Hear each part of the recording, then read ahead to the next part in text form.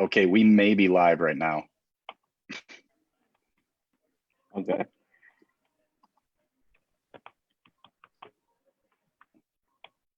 I think we might be live. Okay. Is anybody else are you guys seeing anything that would it come in chat or anything? All right, cool. All right. Sorry for the delay, everybody. We were having quite a few issues here. My fault. Let's wait a couple of seconds here to let some people get in.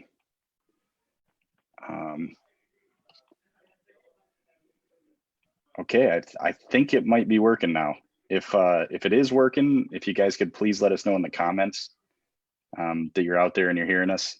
Oh, hey, we got one from Robert Dill here. Gave us a thumbs up. Perfect. All right. Really sorry for the delay, everybody. If you're just joining us, we had some technical difficulties getting Zoom to work with Facebook Live here. But I think we're back.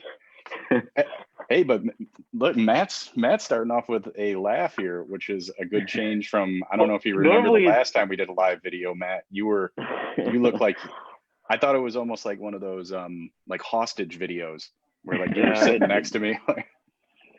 Pretty somber. It did kind of look like a hostage video. I'm in that same spot too. No, it's funny because it's normally the restaurant on the other side. You're the one going, what the hell's going on here, man? This needs to be working. Now we're sitting, the tables are turned a little bit, and it was like, oh, yeah, how are we getting on this thing here? So worked out. Everybody, thanks for joining us. We wanted to kind of give you an update on what's going on with the restaurant industry in general, what's going on with Saddleback specifically, what's going on with the meat supplies, meat pricing, general, just the supply chain of restaurants and grocery stores. We'll kind of dive into some of that stuff. We really hope that we can answer a lot of your questions. So if you have any questions or anything, please feel free to put them in the comments here on the Facebook page. Drew is going to be relaying those to us here.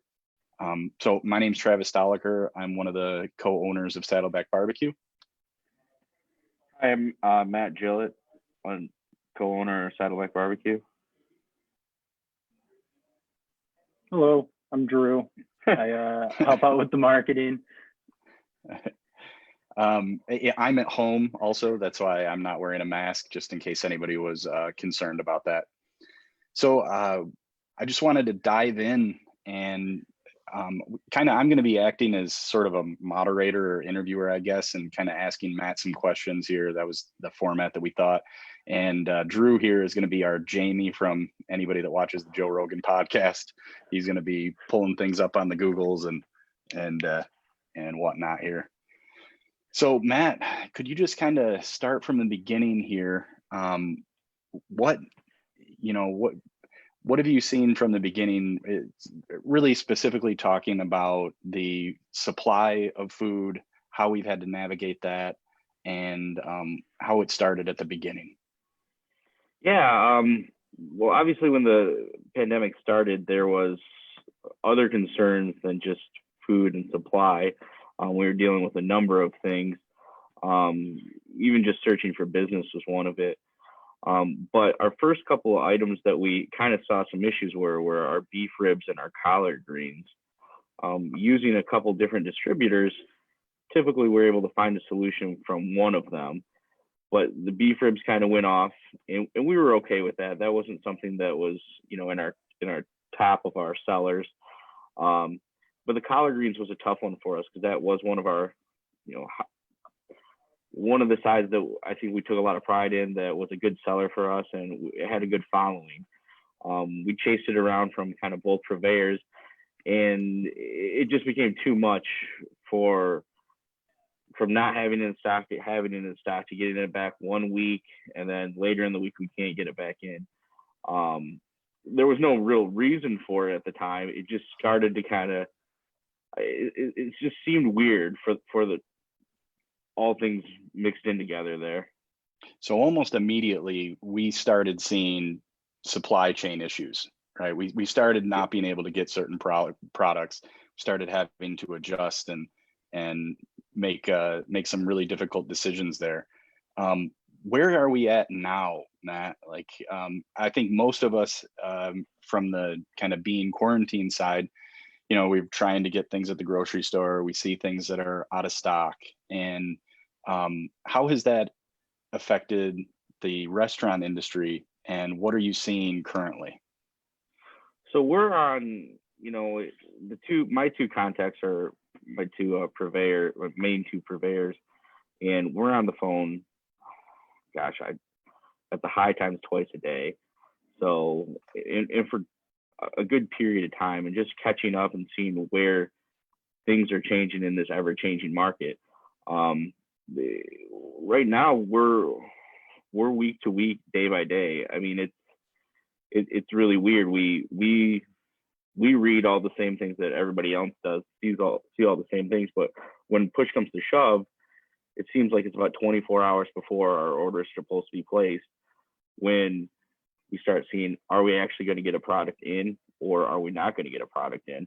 So it doesn't give us very much time to pivot, to adjust in any way, shape, or form and plan out our week. One of the keys to success in a restaurant is just kind of hold a low inventory to buy, sell, buy again, sell again. Well, in this model where we can't really stock too far ahead, it doesn't work out so great. If we're planning on getting something in and we're expecting, or we need to get something in to run our next week, if it's not there, we're kind of screwed.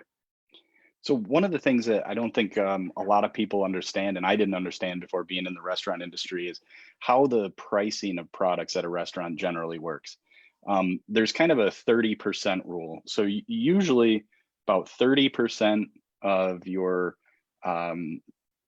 the revenue that you take in, 30% of your expenses is usually towards food cost, and about 30% goes towards labor.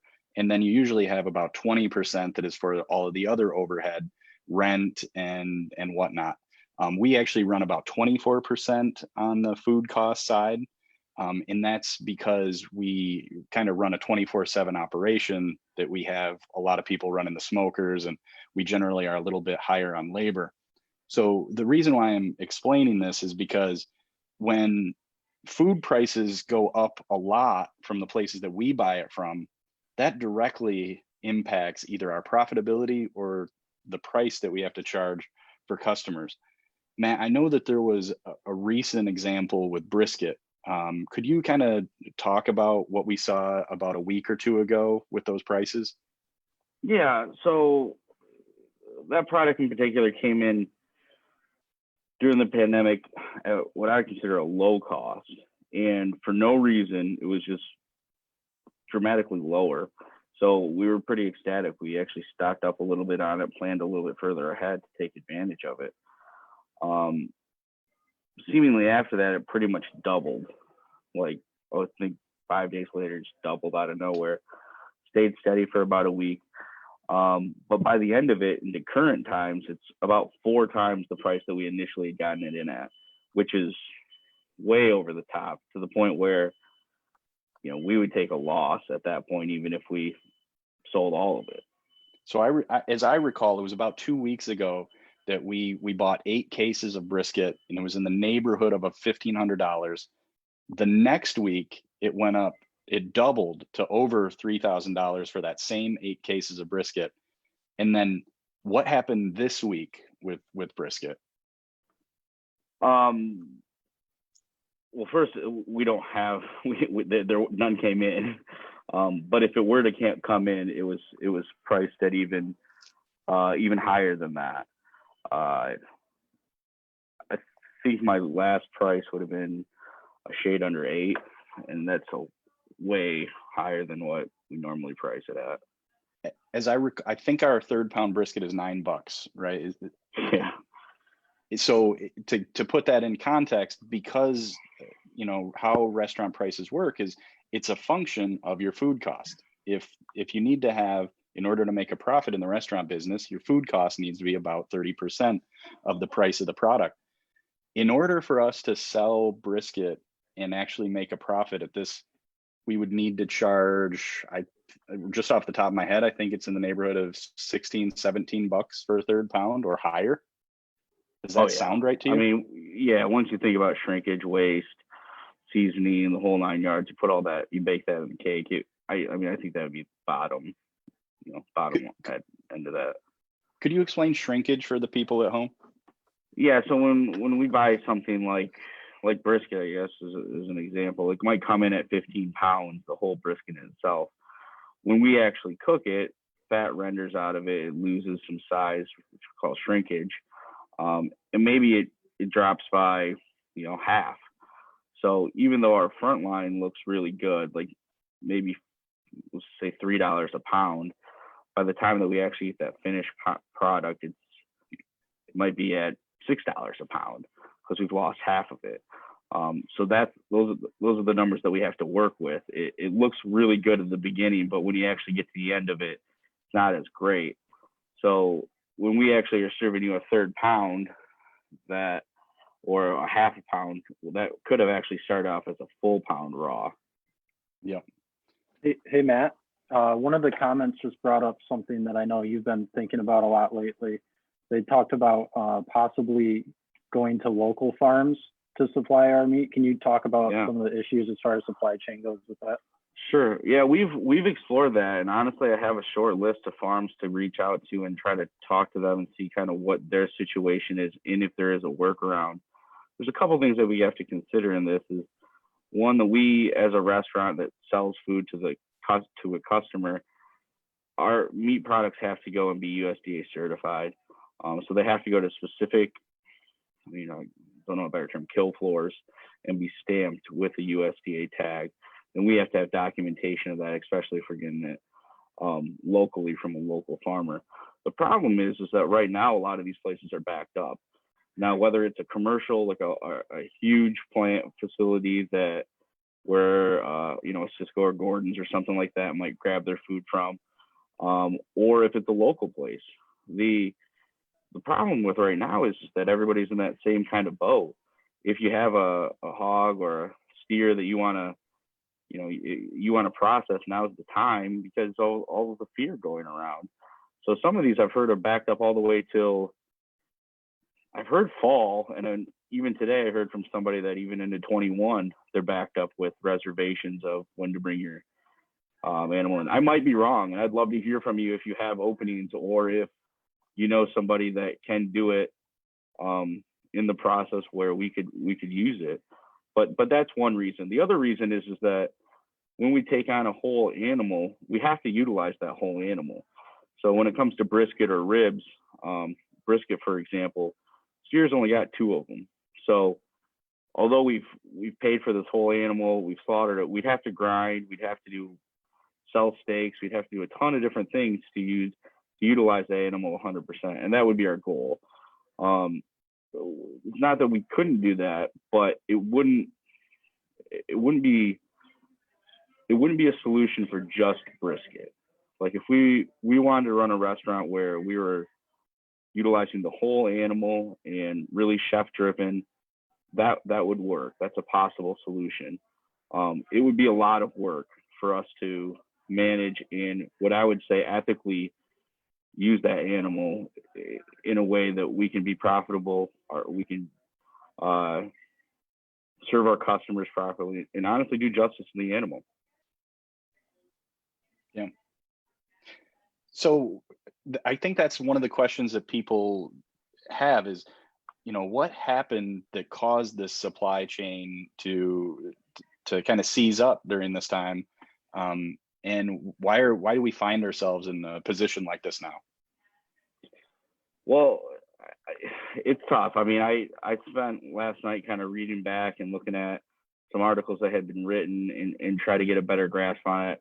I kind of catch the end of it from the supplier, and then basically what the media is going to throw our way. But there are some facts out there that there had been some plants that closed down because COVID ran rapid. They had to, whether it affected, whether people got sick or died, they closed down. They took the 2 weeks off and sanitized, which is totally responsible. But the problem, I think it was, I'm probably gonna be wrong on this one, but I think it was Smithfield was the first one that kind of announced, and it wasn't at the time. It didn't seem like it was a big deal. We kind of addressed it with all of our suppliers, and didn't seem like it was going to cause that much of a ripple. 1, 2, 3 of them kind of went off the radar there for a little bit, and now it kind of became an issue where trucks stopped moving. I'm assuming layoffs or where they send you home, quarantine. Yeah, furloughs, and people going into quarantine all took place. Yeah. 2 weeks doesn't sound like an incredible amount of time, but when everything stops in that supply chain, it really puts a ratchet in there. I mean, being here, and this might be a weird example, but if it was a GM and GM couldn't get a part for something, that whole line kind of stops. They don't just continue it down the road. And I think, chime in on that one if I'm wrong. Kind of creates a domino effect, right? Because it really does. Yeah. So from there, it got really even more weird, because so now the farmers are in this weird predicament where when they take their cattle or pigs, hogs to market, there's actually a surplus. So even though there's a demand on the lower level, us, the consumer, or even you, our customers, they're actually getting less money for their demanded animal because there's so many of them. So when you actually scratch your head of like, how does it work down the pipeline? Who's the one that's profiting off it? It's weird because we're paying way over top dollar for a product that's scarce. Yeah. Yet on the actual supply side is way up.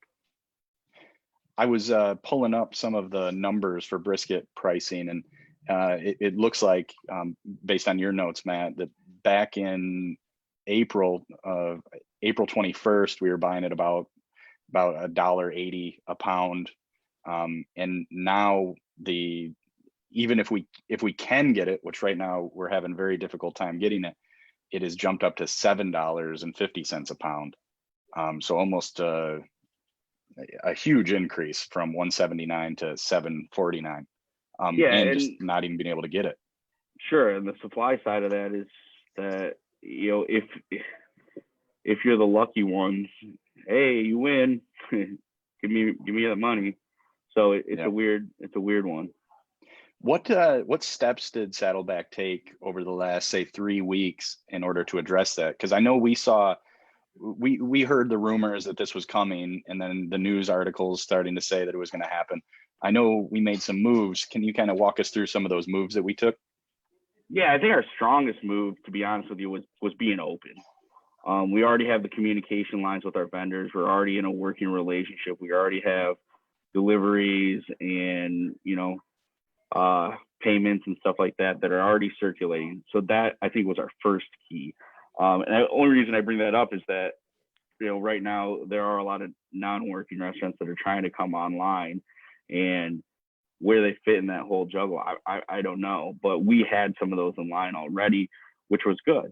The second thing that we did was we communicated with the people that we work with, and it made a clear statement, like, where do we stand in this one? If this gets really bad and it affects the grocery stores and people are, if this is the new toilet paper or paper towel or sanitizer or whatever, if this goes to that level, where do we stand? How much can we sustain before, we're at zero, or you guys decide to do something else with your food? And then we started to do things within our walls. We made one of our coolers a freezer so that we could continuously, I wouldn't say hoard, but keep a little bit of back stock, so in case something did happen, we did have something to fall back on. We introduced other vendors and other options, communicating with other restaurants as far as options. If one company didn't have anything, we could call the other one. If they didn't have anything, now we could actually network throughout other local restaurants to see if they have possibilities as far as getting product. And then that's kind of the game that we've been playing. It hasn't been fun. It takes up way too much of our time. Nobody's playing on probably the time suck that this has caused. Could we go back and kind of go through an update of what the status of the availability and the pricing of the proteins is right now? Yeah. So Saddleback works off of really pork, beef, and chicken.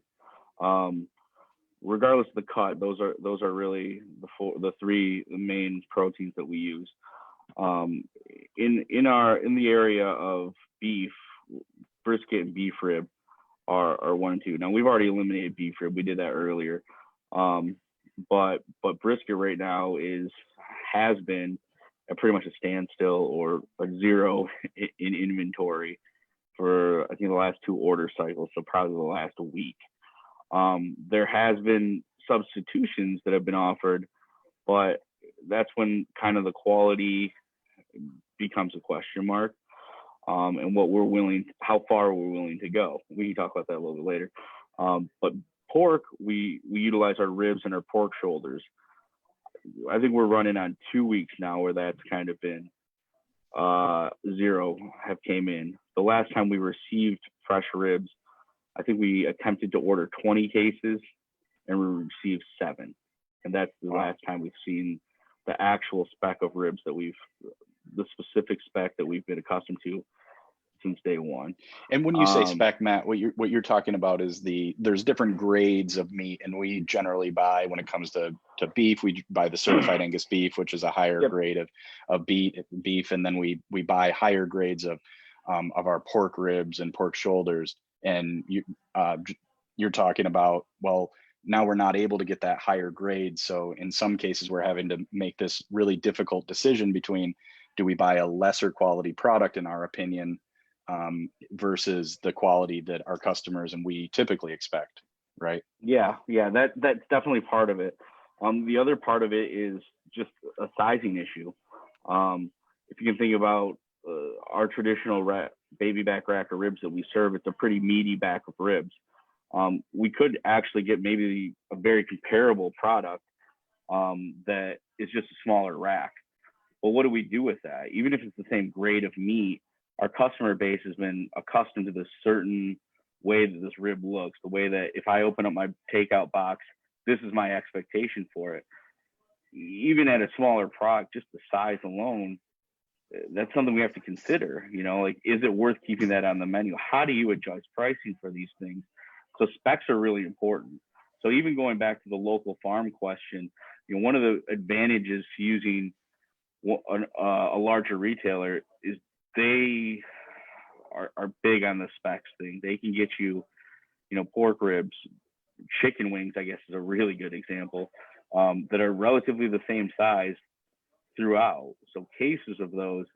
So now your customer base, it's easier to give them the same product quality, the same visual quality, in portion size that they always get. It's difficult to do that if you're getting mix and match sizes, switching in and out of products. That causes confusion, which in confusion means you're not happy. I mean, you already walk in with a negative connotation on that, and it doesn't work out well in the long haul. Yeah. So what do you think it looks like going forward from here? What are you hearing from the purveyors? Are things getting better, or where are we at? I think I get on my end a little bit of like uncertainty. I think I get a lot of I think it'll be better next month, or maybe by the end of the week, or I don't know when this is going to clear up. So it's a weird touch and go game. I mean, we have enough food probably in our restaurant to go, I think maybe to early next week if we were savvy with it. There's a chance that Thursday and Friday come and we don't get any more food. What do we do then? What options do we have? What do the customers want? I don't know. I don't have all those answers. I definitely don't have, the crystal ball to see the future. We've all dealt with this at some level of the uncertainty of what's to come. The person that has that answer, that knew everything from day one of this thing, is probably a wealthy human being. But I don't know, man. I think that if knowing what I know now, I think that we're doing the best that we can. You know, we're being as transparent and honest about where we stand, how we're purchasing, what we're purchasing, and we're making the best business decisions, in my opinion, for our customers. And we're hearing this from even our restaurant friends too, right? Like yesterday, I talked to Mike from Crunchies. Crunchies has a great crunchy burger over there, and talking to him yesterday, his hamburger price has doubled in just a few days, and that has a massive impact on his business and his customers. So this is really wide-ranging supply chain issues, right? Yeah, and in that, I mean, with Mike, like, what do you do? I mean, Crunchy's burgers, that's what they're known. I mean, outside of their beer, which Right. I mean, that's been totally taken away from you. So, you know, the one thing that you got going isn't an issue of volume, not an issue of, you know, getting people to buy it. That could have been a conversation 2 months ago, but I'm sure Mike's doing great over there as far as sales are going. But now it's a game of like, shoot, regardless of the decisions that's made politically about can you open or not, for him, it's going to be, does this make sense? Or can I sell a $20 burger? Right. I mean, right. That's tough. And we haven't at Saddleback, we haven't raised our prices at all during this. No, and it makes it tough. It does make it tough because people don't see that in the background of like, you know, we knowingly can go into a week and go, we're literally just playing restaurant this week. You know, there's no chance that this is going to work. I mean, our numbers don't make sense. But to go to the extremes and make everything priced off of the number last week or the present number, that might be irrational too. I mean, they could shoot down next week, or they could come and, you know, back to reality and be a little bit more stable. I thought the experience of I'm sorry, Matt. No, keep going. The Zoom thing with the delay is difficult. Yeah. Yeah. What were you gonna say? Well, I just thought the experience of chicken wings was interesting, right? Like, as everybody knows, I'm kind of on the outside of this. I'm not in the restaurant as much as Matt and Drew are. I'm more on the business side of things. And what happened as my recollection, as I recall, we started hearing chicken wings were going to be cheap because all of the wing places and restaurants and bars were closed. So we started seeing prices and availability of chicken wings go. They were available everywhere and they were relatively cheap. So we started brainstorming on a bunch of different wing options. Matt actually put together 4 different flavors of wings. We had a plan to put out a whole special that was going to be multiple flavors. Everybody knows that traditionally we only have 1 flavor of wings. And then, as I recall, the day that we go to buy it, we couldn't get anything and the price was high and we couldn't even get frozen. Yeah. And we're trying to play whack-a-mole, right? We see where the supply and the pricing is. We try to make some moves to get ready for that. As soon as we're ready to pull the trigger, it's changed. I think it's impossible to get ahead of. And even when I talk to vendors, I'm like, tell me what I should do. I mean, you guys, like, what do you have in surplus that I could possibly, you know, pivot to that makes sense? But I mean, it's like, what distance do you want to go to? How much risk can you take on some of these things? Like the Saddleback lasagna, like, I mean, tell me, will that work? Like, if we sell that by the pan, is that going to turn at that? Like, there's no beef in that, mind you. That's, you know, it's going to be Beyond Meat in there as well. Like, all these things factored in. Is the customer going to respond to that? Is it worth the time, effort, and energy to go that distance to then maybe be disappointed? You know, and it's just such a weird game. Like, I want people to understand that, like, when I say it's day to day, it's legitimately day to day. It's not. I mean, wings is, you know, you brought that up. Our next spec is a smaller wing. We're going to have to give more wings in order to, I think, hopefully explain to the customer of what they're going to actually receive, even though we might be taking a hit if we just do it the same. If we do it the traditional way and give the same amount of wings, they're going to look at it and go, what the hell is going on here? They're trying to skimp out on me. The other side of it is we want to be there for our customer, give them a reasonable portion size, but we're probably going to take it on the chin on that one, which is fine. How long can we do it for? And the other piece in this that that we haven't really talked about is that, you know, we're trying to do everything that we can to keep people employed here. And that's another huge factor in here that, you know, when this whole pandemic started, we made the most difficult decision that you can make in business, and we had to lay off about 12 people, and it was painful. Matt actually did those calls personally, and it's the worst thing you could ever do. And that took us down from, I think we were at that time we were at around 34 employees, and we got down to right around 22, 21 in there. I know Matt and I are super excited to say we're back up to 33 employees now. We have hired back everybody that wanted to return to work. Of course, everybody that wanted to stay home or had, you know, no childcare or had some underlying illness that, you know, wouldn't allow them to come back. Of course, they don't need to come back, and their job is safe when they're ready to return. But we've hired a bunch of new people too. So as we're looking at these meat prices and thinking about, well, do we have to charge $20 for a third pound of brisket? Well, then nobody's going to buy from us. And that puts in jeopardy all of these jobs that, you know, we're trying our damnedest to save.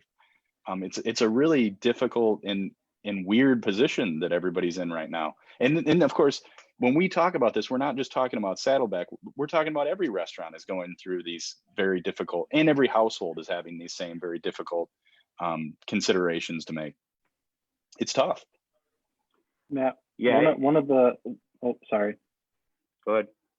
I was just going to say one of the comments here was asking about what we're trying to do if we can switch to any different types of products. Have you put any thought into different products we could go to?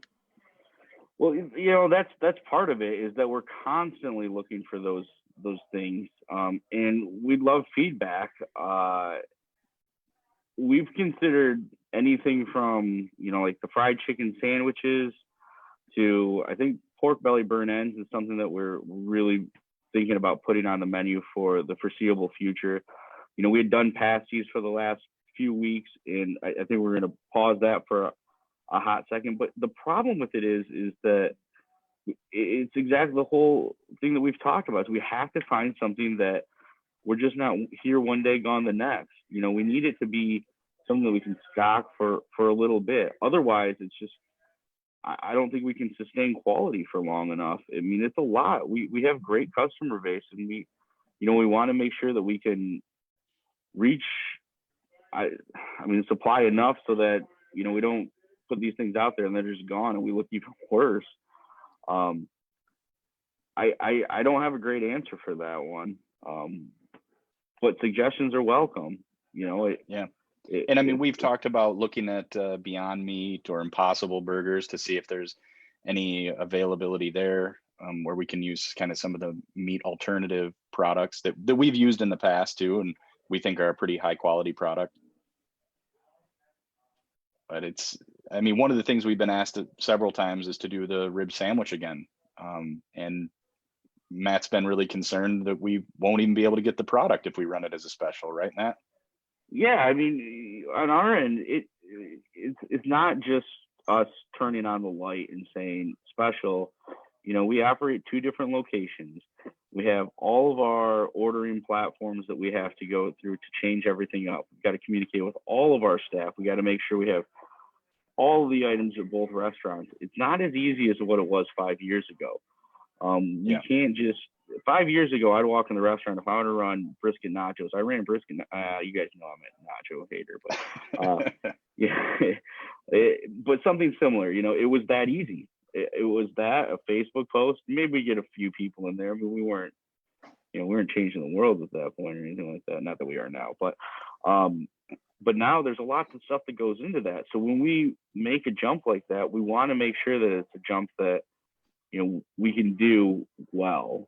The last thing we want to do is put something out there that nobody likes. It wasn't something that we want to stand behind, that we're disappointed in, and disappoints our customer base. Nobody moves forward in that world. So one of the things that you mentioned was the delivery services. So I wanted to give some numbers on that. Our delivery, so we use the delivery platforms. We're on Grubhub, we're on Uber Eats, we're on DoorDash, and we're also on Postmates. And most people don't know how those services exactly work. And I wanted to take a second to provide some background or some color on how the delivery platforms actually work. So when you place an order through Grubhub, Uber Eats, or DoorDash directly from their app, how it works is, of course, they charge you a delivery fee, which can range from $1.99 is the lowest I've seen it, and it can go as high as $7.99. I've seen it. Then they also charge you a service fee on top of that. That can range from anywhere from 5% to 35% of the order. And that is paid by you, the customer that's buying it.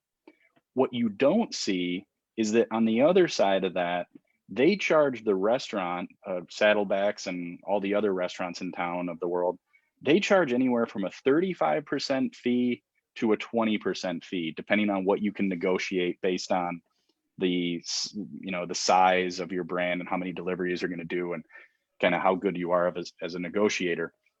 So that means that when you buy through one of those platforms and you buy, say, a $10 brisket sandwich from us, Saddleback only receives $6.50 to $7 of that order.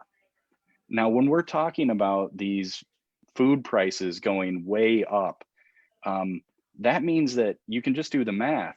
When Grubhub and Uber Eats and DoorDash are taking, say, on average 30% of the order, that means that essentially the entire margin for these local businesses is being eaten up by these large delivery platforms. And I know that so many of you out there are trying to support local restaurants, and you're doing your darndest to help. When you purchase through those delivery platforms, in some cases, it might not be doing as much good as you were intending to do. So when you can, if you can order directly from the restaurant, or in our case, we now just rolled out delivery right through our website, that all goes directly to the restaurant. So it's a huge thing that you could do to try to avoid those delivery platforms. Now, I'll also say that you'll notice the prices for Saddleback actually went up on those delivery platforms to cover those fees.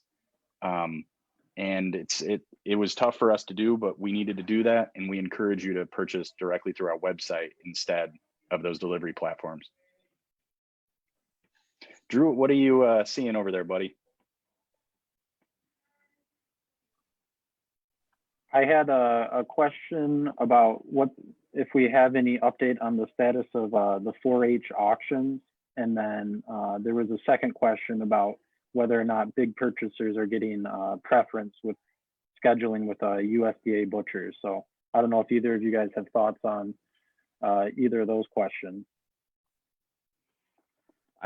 For the little I know about the USDA portion, I would assume any sort of large slaughterhouse has a 24/7 USDA person on site. So I don't think that stops.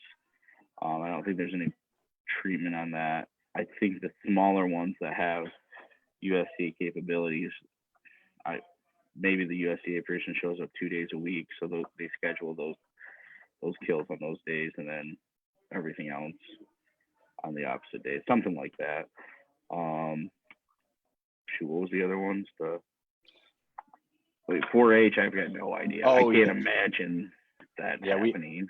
We haven't heard anything on 4-H yet. Of course, if it is going, we'll be there as we have been for the last 3 years, supporting the kids that raise their animals. But no, I haven't heard anything yet. It looks like Robert in the comments just said that he's hearing it's still going to be happening. So that'd be pretty cool if they could find a way to make it happen. Yeah, that'd be great. Wait, the fair's happening or just the auction? He said the 4-H auction. Okay. It's like, he said it may be a virtual sale, so that would be kind of interesting to see happen. That'd be kind of cool.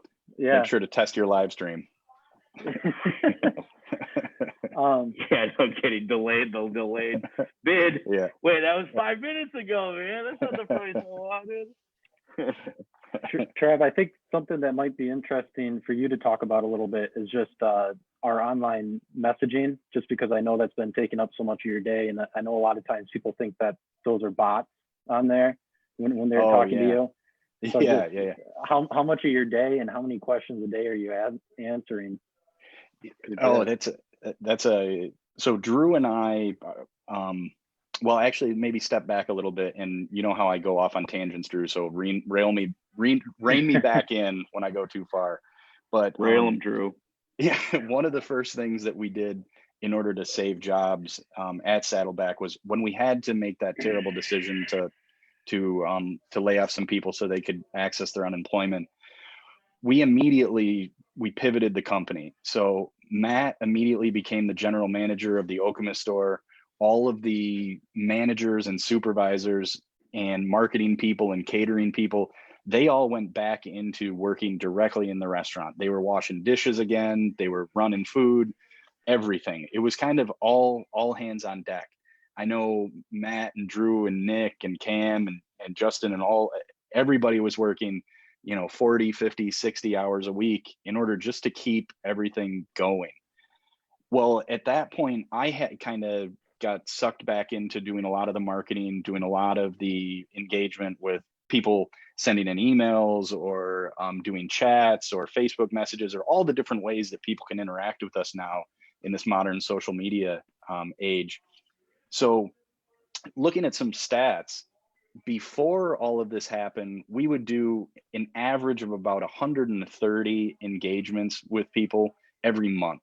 So via a chat or a Facebook message or something like that, not including comments or anything on social media, just people individually saying, hey, I placed this order and can you take a look at it? Or I had an error, can you fix it? Or things like that. Well, now we're doing almost 1,000 of those a month, and I'm doing them all personally.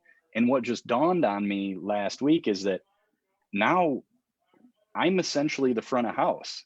I am the cashier now. I am the server now, because we don't get to have that hospitality experience that we used to have. Before, when you walked in, you got greeted by somebody that really cared that you were there. They got to talk to you about the order. They got to make recommendations. If you had issues or you needed something to your table, you could talk to that person. And now, since everything is virtual and everything is to go, everything is carry out and delivery, really it's a totally different experience. Now all of that is really shifted to online platforms. And one of the things that I thought was just astonishing is when we break out our sales, one of the things that we categorize as digital sales. So that's via our website, obviously, or via any of the delivery platforms. That would average about 30% for Saddleback, and it was really consistent. It would be about, say, it'd fluctuate between anywhere from 20% to 35%, but 30% was about the average. Now we are taking 90% of our orders digitally. They're all coming in through online ordering. They're all coming in through the platforms. So it's a totally different hospitality experience. So what we've tried to do is really improve that experience for customers and as much as we can give them the same hospitality, but through a totally different format through digital means. Help me out, Drew. How did I do? Pretty well. So it sounds like there's kind of a fundamental shift that happened in the world of restaurants, where your interaction with the restaurant has gone from the people you see that serve your table to now it's your online presence. That's exactly right. Well, and to go back to Trav, like when you were saying I'm like the online server or whatnot, think about all of that when it comes to, even when it comes to taking your actual order and the volume at which the orders come through. If 100 couples walked into a restaurant 2 months ago, not all 100 of those are going to get sat. The dining room is not big enough. There would be somebody there, a host, a hostess, a manager, to moderate the flow of the restaurant. Now that it's all digital, everything's online, Uber Eats, Grubhub, they don't care. It just all hits at the same time. So I'm assuming we're not the only ones that have things like this happen, but that experience of volume at peak times is something that nobody was prepared for. So that position alone has been totally not looked at.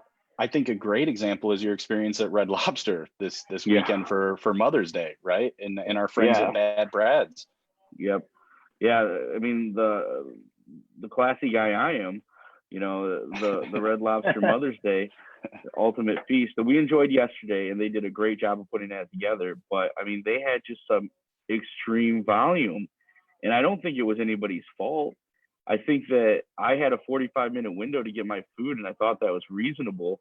But when I showed up, I mean, when I talked to them yesterday, and we kind of figured out a solution to my situation, which they were totally awesome about. He had claimed that at one point they had 300 standing tickets. Like, it gives me anxiety even talking about that. Which is just incredible, and it's something that nobody's prepared for. But it seems like they're not the only ones that go through this. We've had definitely times where it's been overwhelming, and I'm not saying that, like, on our end we shouldn't be able to sustain or we don't have room for improvement. It's just the idea that, again, this is all new for us. I want to kind of elaborate on one of the things that you said, Matt. Because it was something that I didn't understand before working with you in the restaurant.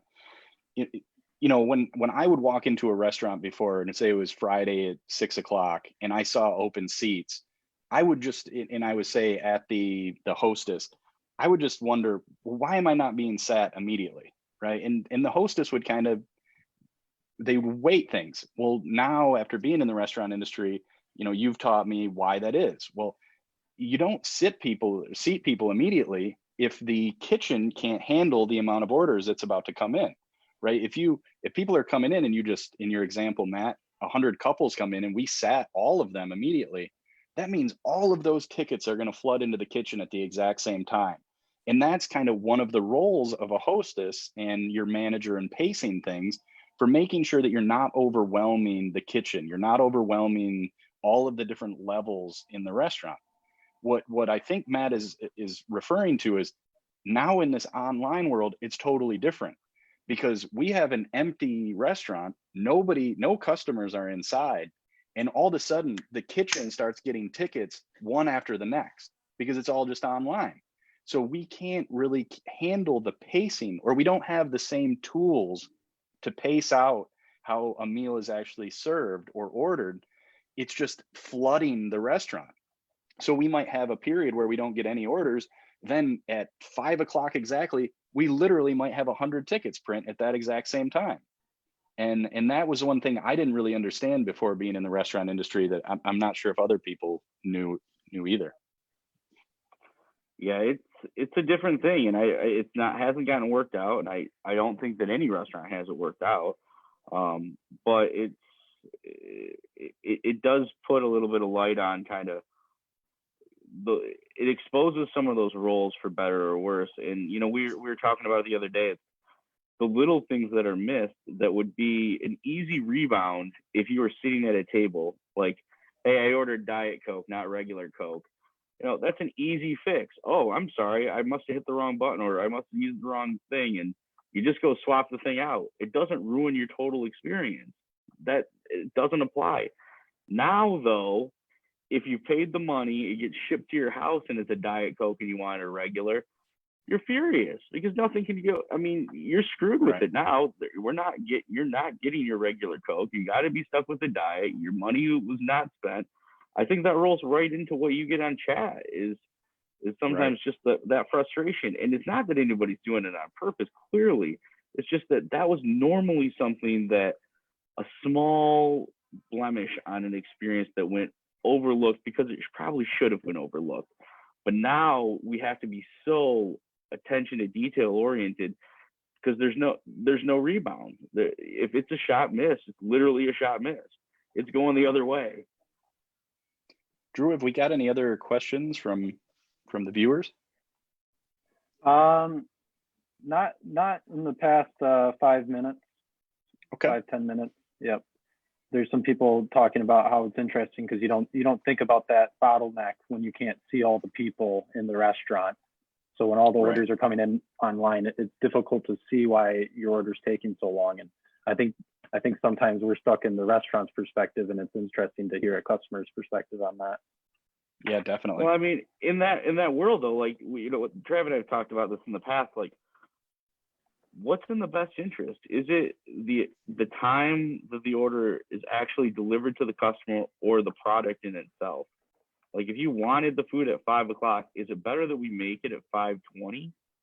I mean, or at 4:50 and it sits in the window for 10 minutes, but it gets to you at 5 o'clock? Or is it better that we get it to you at 5:15, but it's totally fresh? It just left the kitchen. Like that's one that I don't have a good answer for you on. Yep. That's a tough one that we talk about a lot. Well, since we have a little bit of time left before Matt's earbuds run out of juice, I did get a beep. so we've just started selling a pellet smoker. Matt, can you kind of talk about what led us to this and why we're doing this and how it's been going so far?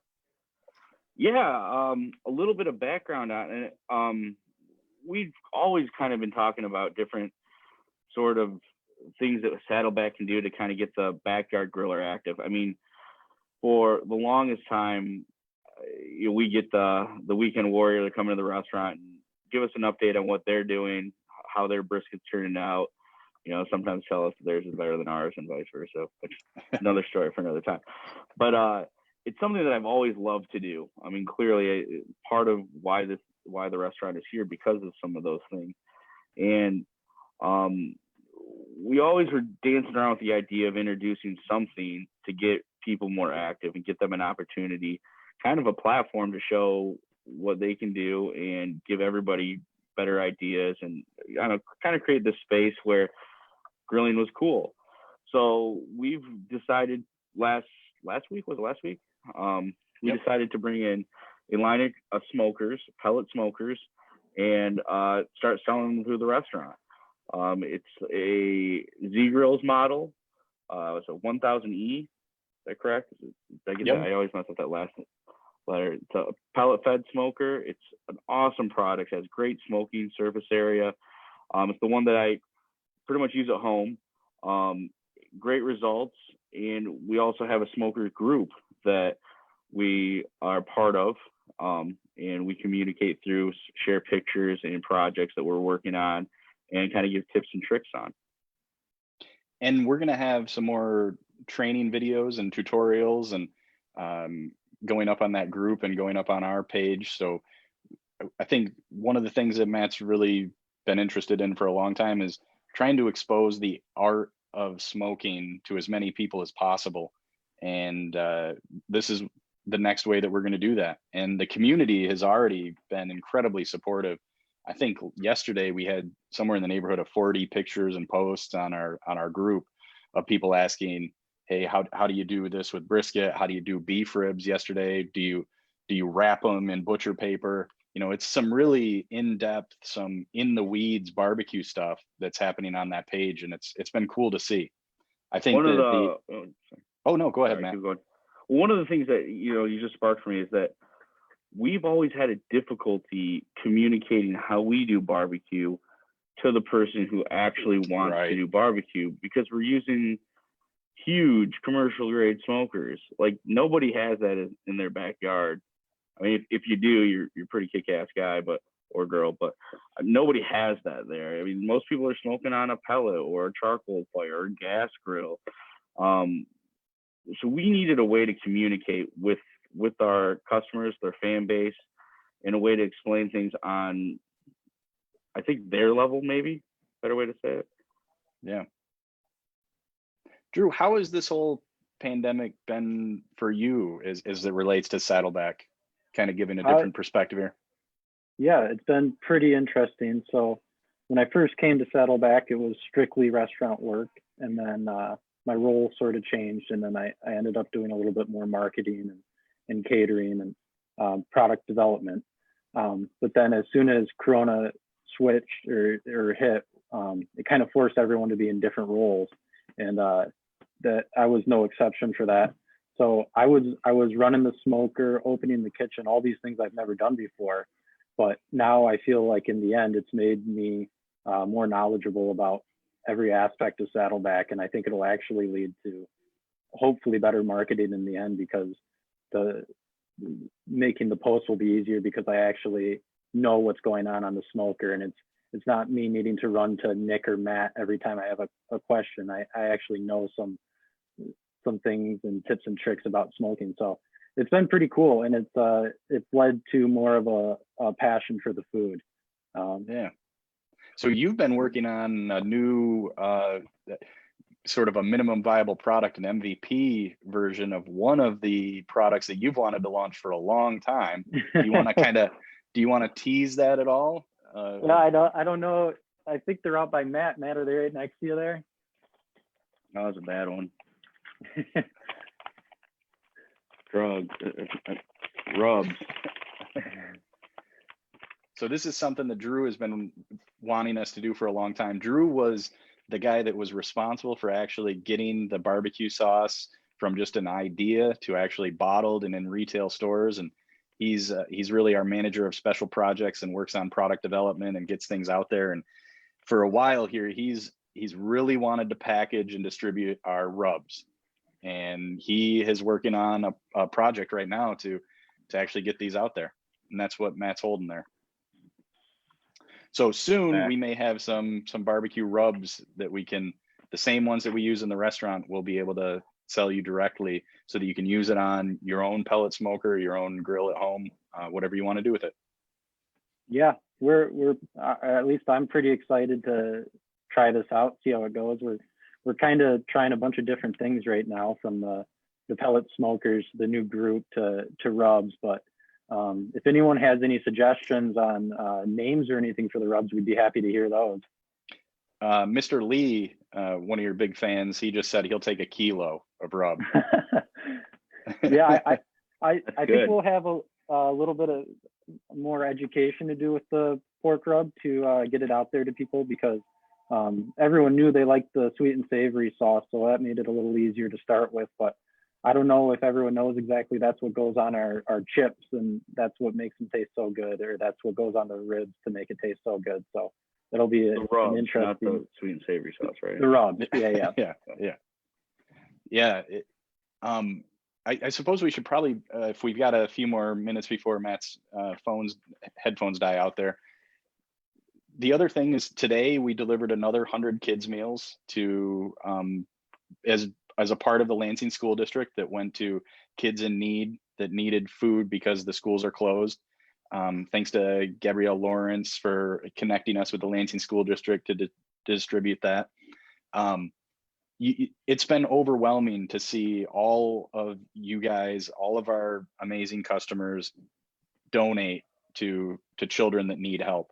I think last time I looked, we were in the neighborhood of 500 kids meals have been donated. I think it was in the neighborhood of 150 healthcare worker meals that have been donated. It's really an incredible thing. Today, 100 more of them went out, and at another point this week, we're going to do some healthcare worker meals too. And it's something that it's really incredible to be a part of that. And thank you for allowing us to do that. Anything else before we wrap up, guys? We're starting to viewers here. What's that? We're starting to lose viewers. Our popularity's dying. All right. Well, then that means it's time to wrap it up. All right. Thanks guys. so much for tuning in. Appreciate it. Yeah. Let us know if we should do this more often in the future. Yeah. Something like this. For sure. All right, guys. All right. Thanks, guys. Bye.